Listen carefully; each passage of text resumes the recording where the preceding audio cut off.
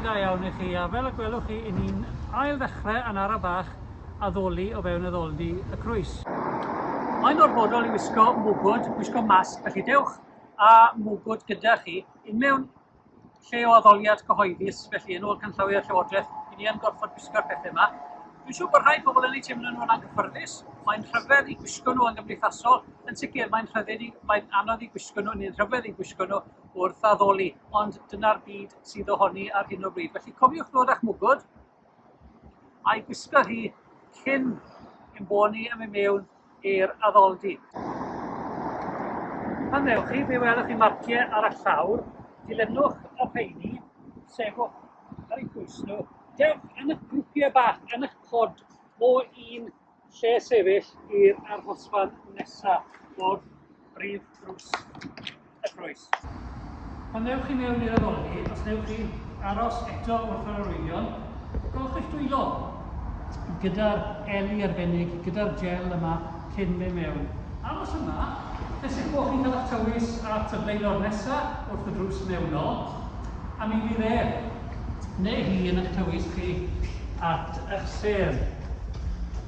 O hanol i'r arfer, does dim rhyddid i chi ddewis eich sedd, a os newch chi eistedd am ha bynnag set yma'r blaenor sedd y metrwydd yn eich gosod chi dros y tymor yma. Fel y gwelwch chi yn yr addoldy, i ni wedi rhannu'r seddi mwyn cadw'r pellter angenrheidiol o 2 fetr rhyngddoch chi, a hynny'n arbed chi a phawb arall rhag pasio unrhyw haint. Ni hefyd wedi tynnu y llyfrau fyna a'r beiblau oddi wrth y seddi, ac mi fydd geiriau'r emynau ei bod ni'n methu canu nhw yn yr addoldy gyda geiriau i chi ddilyn ar y sgrin. Bydd gofyn i chi ddod i'r Crwys dim cynt na chwarter 11, os gwelwch yn dda, y tu allan i'r capel mwyn i ni gael digon amser i bobl eich tywys chi i'ch seddi.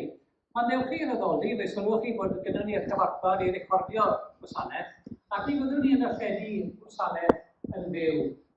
Felly, diolch i'r rhai sydd wedi bod wrth i'r paratoi ar y addoldy ac yn gosod yr ochr technegol i bethau i fyny.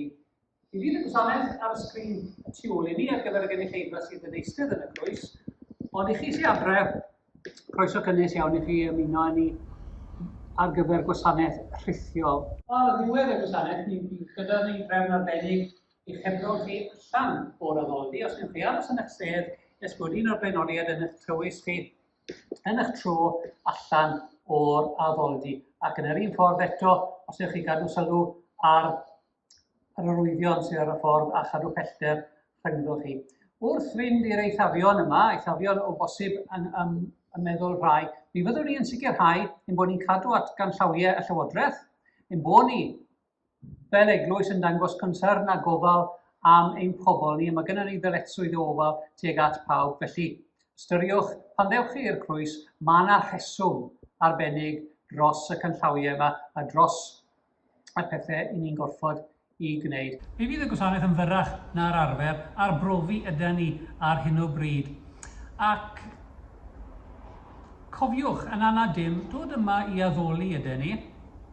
Peidiwch eich ymdeithasu, peidiwch eich lebran, mae'n ddigon y ffyrdd eraill am hwnni allu wneud hynny. Felly cadwch eich pellter yn yr addoldy ac hefyd yn y maes parcio. Ffarweliwch a'ch cyfeillio felly o bellter. Wrth i'r wythnosau fynd heibio, mi allwn ni edrych ar y sefyllfa dechrau yn dawel bach ydyn ni, gan obeithio cynyddu.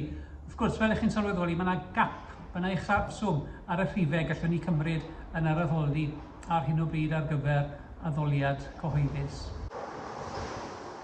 Gobeithio eich bod chi wedi bod yn cadw ddiogel yn ystod y cyfnod clo yma. Mae wedi bod yn gyfnod anodd i ni gyd. Edrychwch ar ôl eich hunan.